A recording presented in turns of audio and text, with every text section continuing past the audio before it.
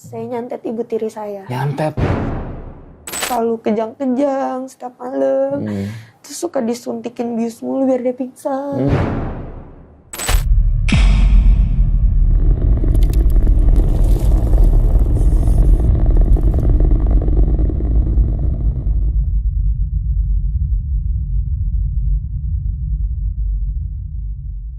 Hai guys, balik lagi bersama saya Ray Kiosi di Benang Kehidupan, ngupas tuntas misteri kehidupan manusia.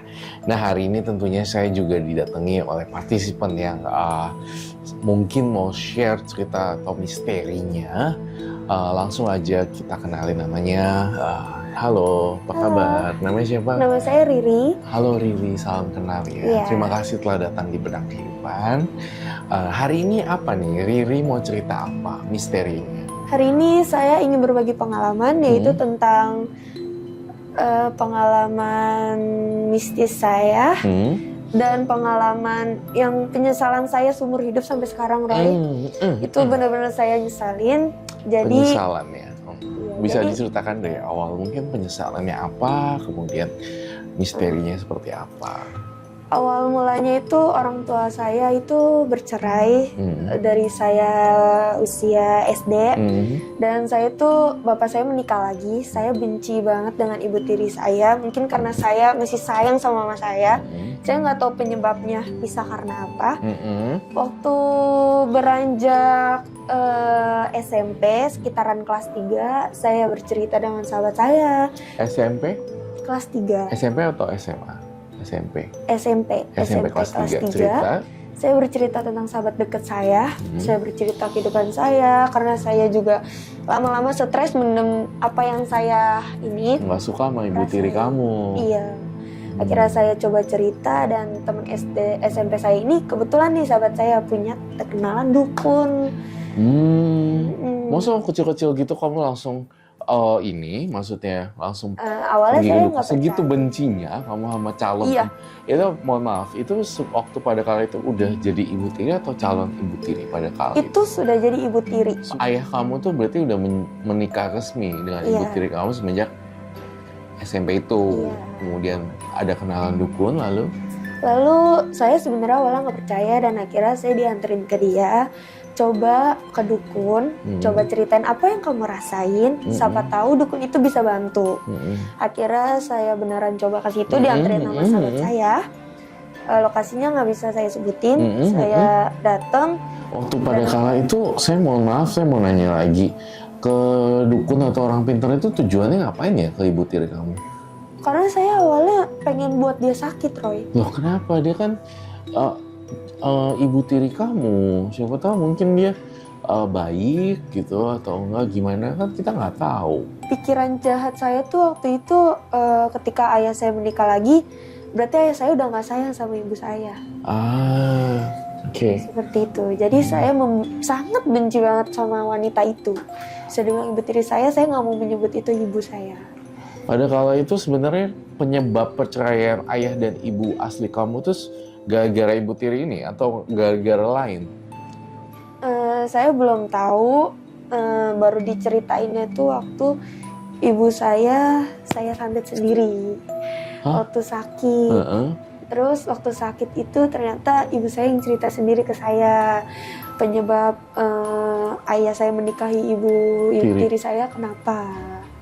Dari situ saya baru tahu kebenarannya, ternyata yang saya lakuin itu salah perbuatannya.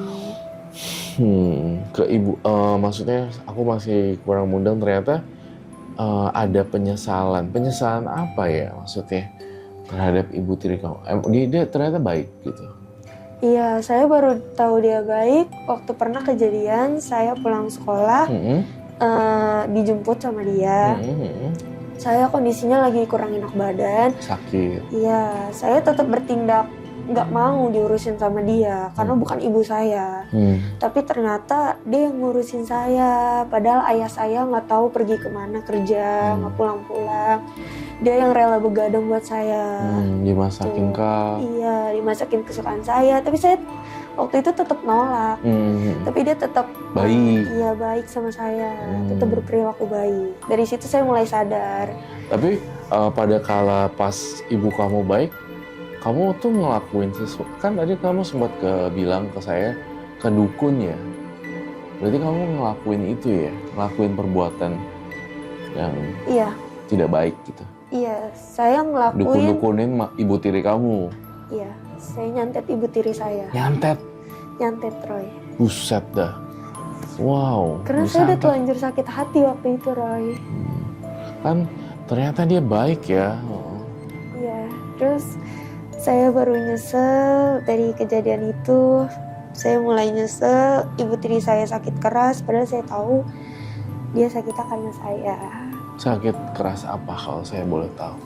Waktu itu kritis ya, waktu itu sesak napas kalau nggak salah. Dia masuk ke IGD. Dia sakit apa ya, bisa dibilang tuh dokter nggak tahu penyakit apa, terus tapi dia selalu bilang selalu kejang-kejang setiap malam. Terus suka disuntikin bius mulu biar dia pingsan. Suntik apa? Suntik bius biar dia pingsan gitu, biar dia tenang. Obat penenang. Iya. Gara-gara kamu. Iya. Ini nyeselnya di situ, Roy.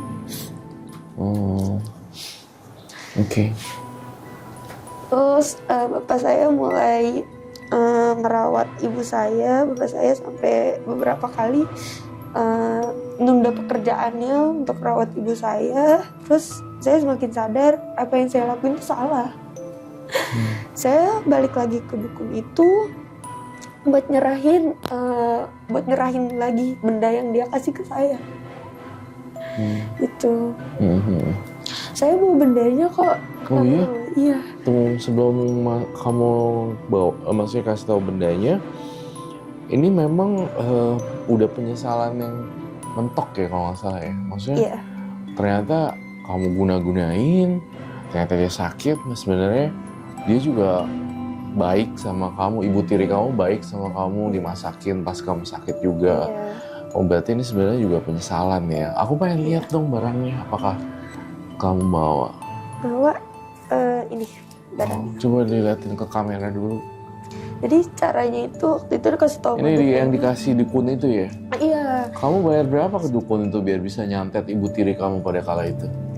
Saya nggak bisa nyebutin nominalnya. Oh nggak bisa, iya baik. Karena itu privasi banget. Iya siap. Nih, jadi saya dikasih tahu cara gunainnya tuh kayak ditusuk-tusuk kayak gitu. Tunggu, sebelum kita tusuk ini udah dipastikan nih kamu udah nyesel banget ya. Udah kalau kita tusuk ini, ibu kamu gimana? Udah nggak ada ikatan lagi. Udah nggak ada jadi ikatan. Saya udah bener mau putus ikatan itu. Putus ikatan. Karena juga harus nusuk ini juga pakai mantra, Roy.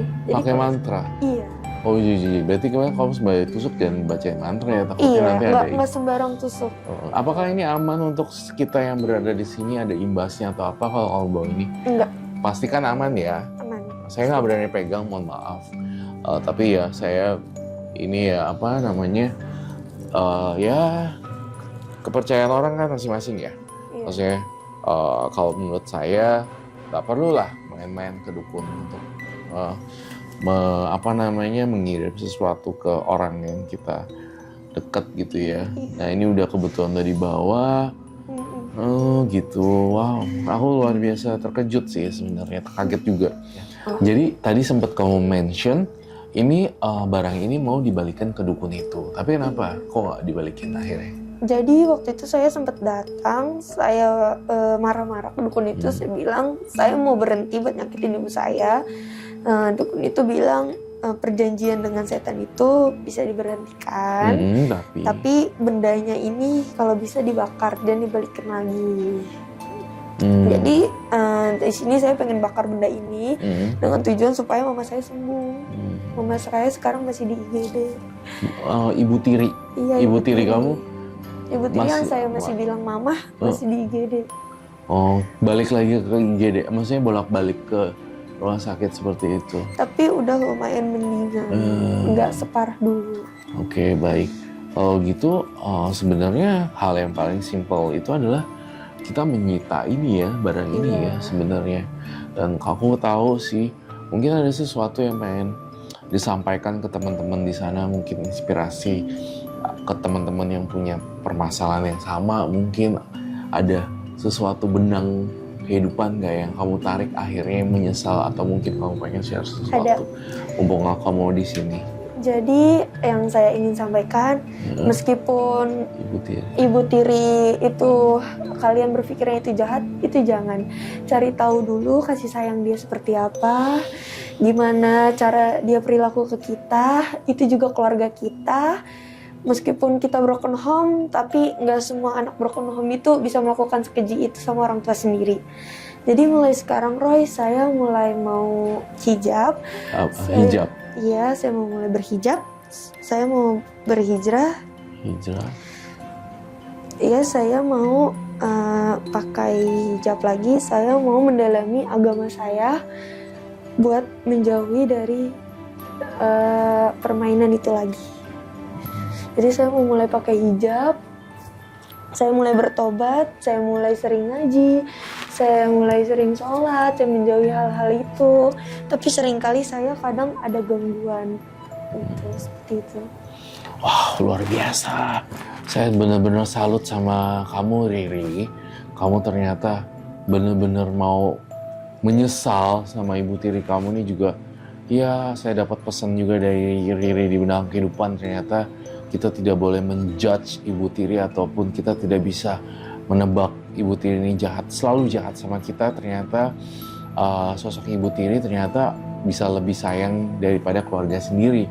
Kedua, saya simpulkan terima kasih banget dan saya mendapatkan hikmah dari Riri. Ternyata kamu juga mau hijrah. Semoga bisa terus jadi positif gitu. Dan mungkin terakhir dari saya, mungkin saya akan ambil ini, saya akan sita ini. Saya boleh pegang? Boleh, nggak apa-apa.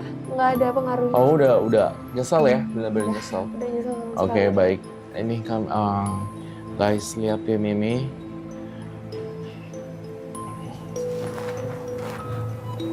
Oke. Ya, ini akan kita buang, kita sita, kita bakar. Dan kita akan kembali ke nol. Dan satu lagi kata-kata saya dari saya.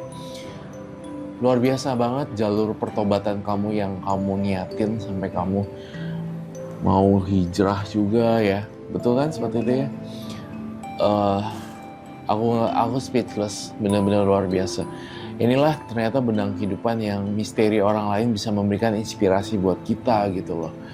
Jadi kalian harus belajar yang seperti yang saya bilang tadi, harus ya jangan seuzon dulu ya. Iya. Seperti itu ya, ternyata. Cari tahu dulu. Jangan langsung berpikir ayah saya saya gitu. Baiklah. Pikiran jahat saya. Oke, baik. Mungkin itu aja ya kamu main share. Kamu luar biasa, benar-benar kayak semoga ini bisa dicontoh yang baik-baiknya ya dari Riri untuk bisa teman-teman lain contoh. Baiklah. Terima kasih telah menonton Benang Kehidupan.